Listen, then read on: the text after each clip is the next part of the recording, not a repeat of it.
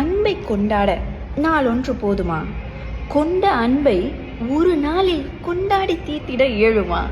இருந்தாலும் கொண்ட அன்பை நினைவூட்டி அன்பை பாராட்டும் நாள்தான் இது. ஆண் பெண் இடையிலான மலரும் காதல் மட்டும் அன்பல்லது.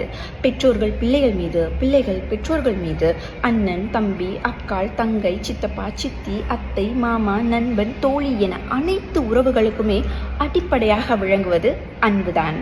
மனிதர்களுக்கு இடையில் மட்டுமல்லாது மனிதர்கள் விலங்குகள் மீது, தாவரங்கள் மீது, இயற்கை மீது என எங்கும் எதிலும் அன்பை உணரலாம்.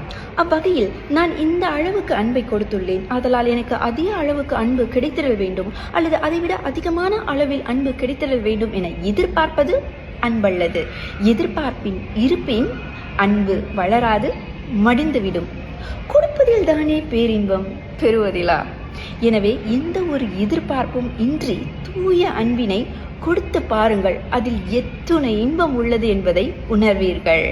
அன்பை பகிர்வோம், அன்பை கொடுத்து மகிழ்வோம். அனைவருக்கும் அன்பர்கள் தின நல்வாழ்த்துக்கள்.